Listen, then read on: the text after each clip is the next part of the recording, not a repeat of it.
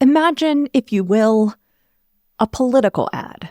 I know, that is a lot to ask, but will you give it a try? Imagine that this particular political ad is about job creation. Where does a politician go when they want to talk about creating more jobs? What is the archetypical setting for a political ad about creating new jobs? This ad doesn't have images of high-rise office buildings. It doesn't have an image of an insurance agency storefront in an office park. That ad doesn't feature the local restaurant downtown that's had a now hiring sign emblazoned across its front doors for the last 3 years, because it seems they're always hiring.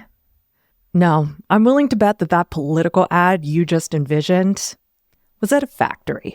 Maybe your imaginary political ad sounds a little like this one, which, I shit you not, was the first result in a Google search for political ad about job creation. Investing in places and people that have been forgotten.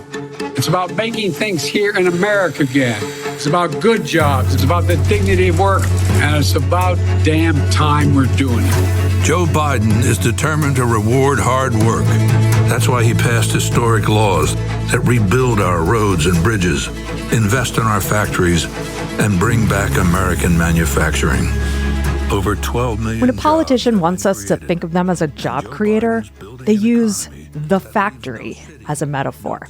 That's capital T, capital F, by the way. The factory. It's almost like jobs get produced on an assembly line of public policy. The factory, capital T, capital F, is an outdated metaphor for work today, if that wasn't already obvious. But that metaphor still informs how we think about work and what we expect from ourselves as workers. Productivity, efficiency, standardization, automation, output. We often rely on concepts that govern industrial and manufacturing process management to describe work that defies the very definition of those terms. When we try to squeeze creative, knowledge-based service or care work into the mental model of the factory, we create confounding and stressful working conditions for ourselves and often for others. So why does the metaphor of the factory, capital T, capital F, still permeate our disposition toward work, our very image of what a job is?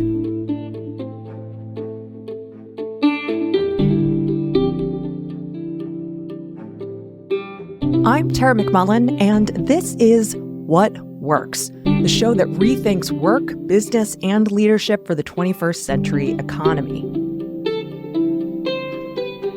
Today's episode is about why trying to squeeze creative, knowledge, and service work into the metaphor of the factory doesn't work.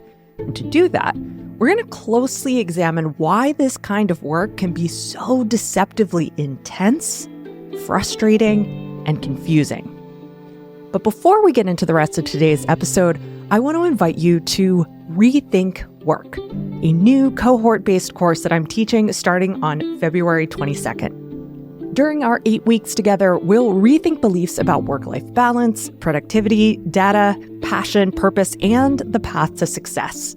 I designed this course to reveal brick by brick how our beliefs about work and our identities as workers create the work reality we exist in, so that we can tear those bricks down and build something better. You'll gain both the critical framework you need to notice outdated beliefs and apply those frameworks to make practical changes to the way you work every day. To get all the details, go to rethinkwork.club or click the link in the show notes. That's rethinkwork.club.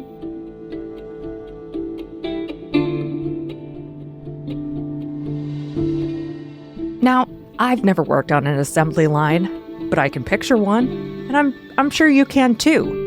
I can easily imagine what that kind of job would entail, which is not to say that kind of job is easy or desirable, just very imaginable. However, I have no idea what the average architect or home health aide's job is like. I've eaten in plenty of restaurants, but I don't really know how the job of a server or line cook works.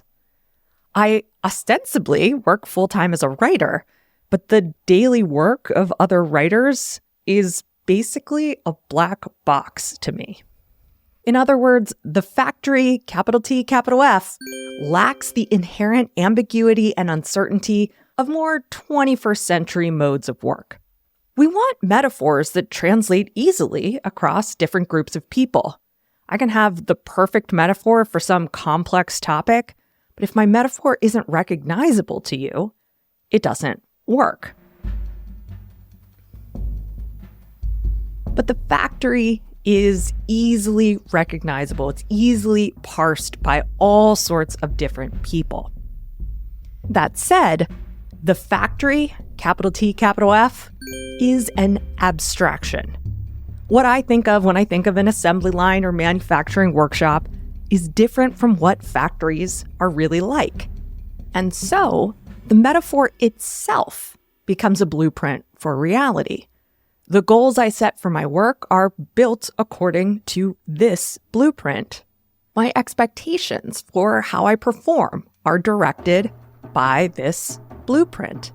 The challenges I face and the solutions I seek to create are based on the logic of this blueprint. As time goes by, though, I get frustrated because the blueprint I'm working with doesn't actually match what I'm trying to make. It's like trying to build a Billy bookshelf with the instructions for a Malm bed frame. The parts don't match, the steps make no sense, and I just can't figure out how this bed frame is supposed to organize all my books. All right, hopefully you got that one, but I'm mixing metaphors now. That frustration, that confusion is at the heart of so many of the problems we face with work today. Setting aside the economic, political, and cultural issues that vex our working lives, a big ask, again, I know, the mental model we have for work is just wrong. Let's make this frustration and confusion more concrete by looking at 3 specific types of work. Management researcher and theorist Armand Hatchwell labels our frustration and confusion work intensity. He argues that work intensity functions differently for different types of work. That means that different types of work need different strategies for mitigating or combating work intensity. To figure that part out, Hatchwell offers 3 factors of work intensity: definition, design, and stability. Now, those are my labels. Hatchwell's labels were actually prescriptions, design, and confinement, respectively. But I'll humbly submit that my labels are a little clearer. So, the definition of a job is the set of rules, requirements, knowledge, and objectives that give it shape.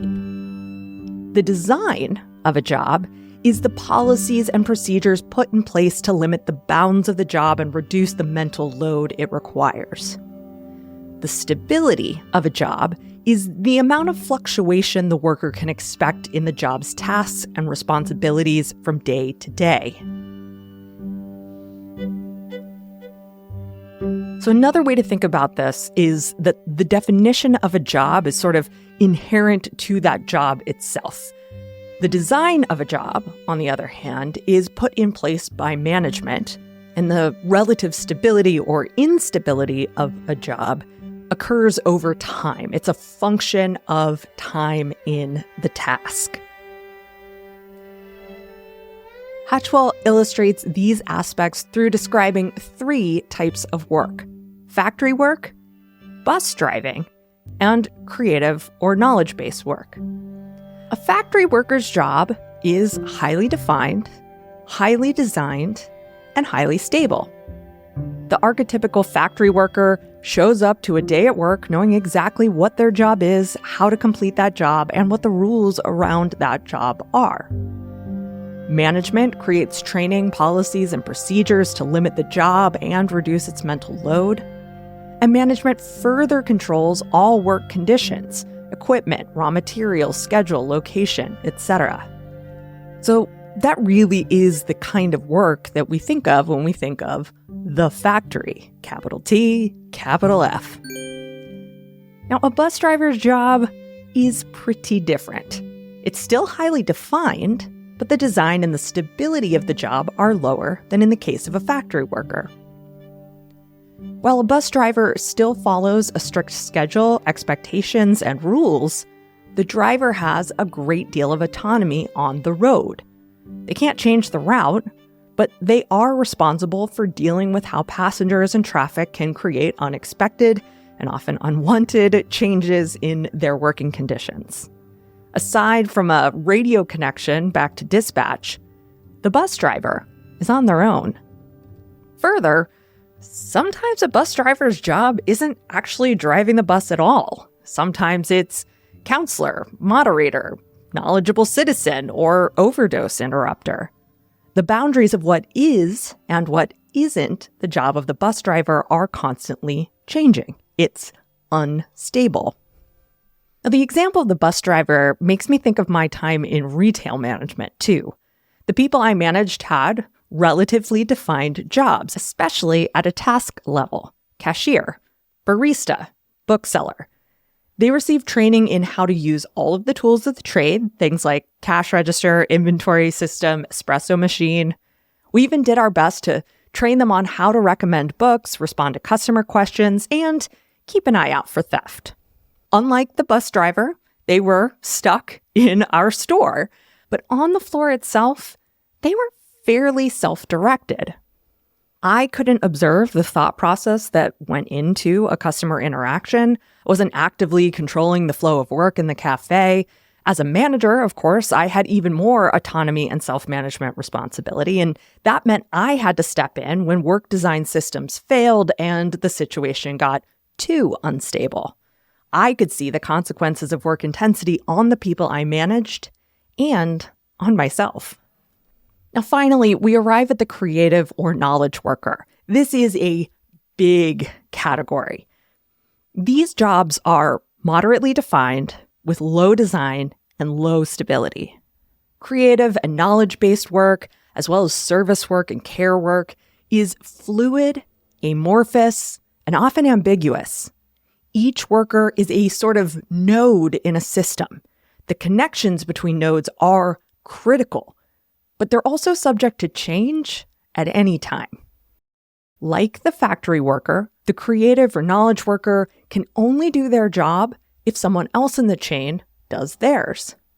But unlike the factory worker, what each person in the chain does isn't very well defined. So each consecutive person who picks up a widget from the creative assembly line sort of makes it up as they go. One worker builds on or adjusts the widget based on what they know about widgets and how they interpret their role. The next worker takes what that worker's done and builds on or adjusts the widget based on what they know and how they interpret their role. Hatchwell argues that this high reliance on others combined with the ambiguity around one's job increases work intensity. Further, adjusting that intensity is a lot more complicated because the work processes involved are often personal and unarticulated rather than physically observable. Now, the creative or knowledge worker also has plenty in common with the bus driver. They both have considerable autonomy or responsibility over their self-management and responses to changes in conditions. However, the bus company can mitigate work intensity for drivers by observing patterns, designing new training, and equipping drivers with new strategies. Since drivers' difficulties on the road are easily observed and defined, the company can create solutions or policies to offer drivers more support and more stability. But the creative or knowledge worker is in a pickle. Workers face novel challenges every day. In fact, they're often tasked with inventing novel challenges, since their jobs revolve around working with new ideas, designs, and solutions, which inevitably create novel challenges. For example, whenever I send out a newsletter, I risk getting something wrong and inspiring an inbox full of unexpected emails, which changes how I spend the rest of my workday. When I post something on social media, I'm creating the potential for a post to go viral, which is pretty destabilizing even if the results are positive.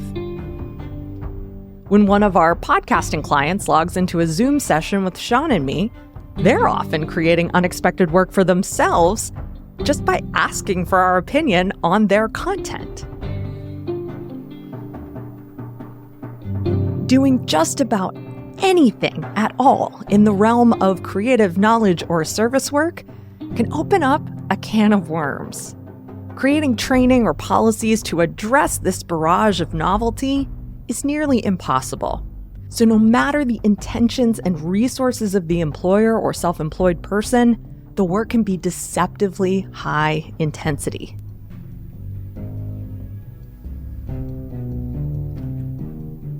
That deceptively high intensity is a narrative problem, which is to say that it's a problem with the stories we tell ourselves, which is to say that it's a metaphor problem. We can easily understand why a job at the factory, capital T, capital F, would be stressful. Having your quota go up every month is stressful. We can also easily understand how a bus driver might be regularly frustrated. Having to diffuse potentially dangerous situations is not fun. But the creative or knowledge worker has it easy, right? We're just lucky to have this kind of work to do at all. Well, not so fast. We often downplay our stress or strain because we don't have a way to articulate exactly what is so intense about what we do. To be clear, I'm not saying that factory workers or bus drivers have it easy. I'm not even saying that creative or knowledge workers are in a worse spot.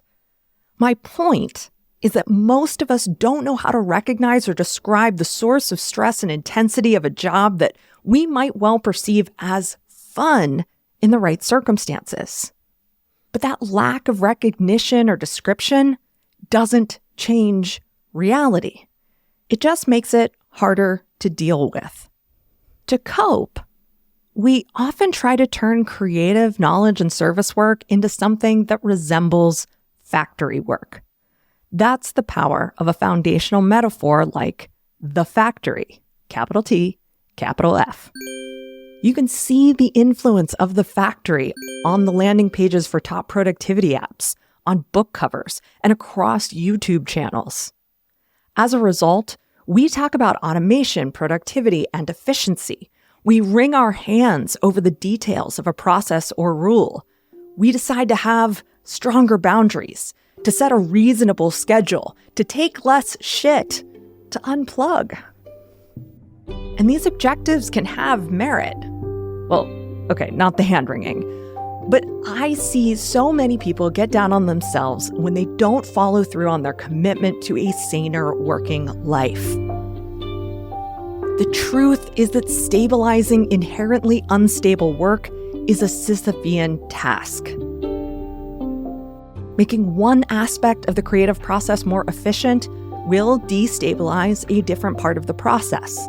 Standardizing an element of your job might make you more productive in one area, but will likely destabilize another element of your job. What's more, who honestly believes that optimizing creative knowledge or service work leads to better outcomes? Who believes that innovation happens in assembly line conditions? Who believes that care and service work is best done by adhering to a strict schedule and set of rules? The more we attempt to squeeze creative knowledge and service work into the metaphor of the factory, capital T, capital F, the more likely we are to burn out. Not so much because we're working so very hard, but because how we're trying to work isn't designed to make what we want to make.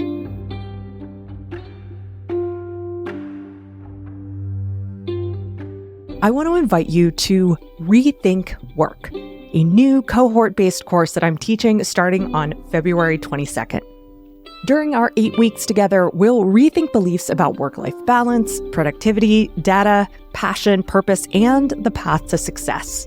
I designed this course to reveal brick by brick how our beliefs about work and our identities as workers create the work reality we exist in, so that we can tear those bricks down and build something better.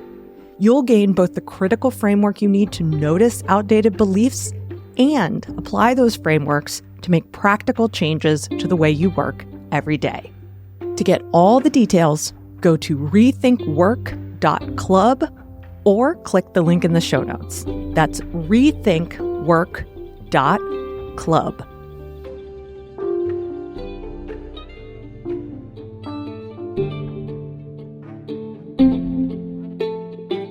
What Works is a production of Yellow House Media, a podcast production agency for people changing the way we think about culture, creativity, leadership, and work. Our production coordinator is Lou Blazer. Our production assistant is Emily Kilduff. This episode was written and edited by me, Tara McMullen. Marty Seafelt is our audio engineer, and Sean McMullen is our fearless leader and executive producer. What Works is produced on stolen land.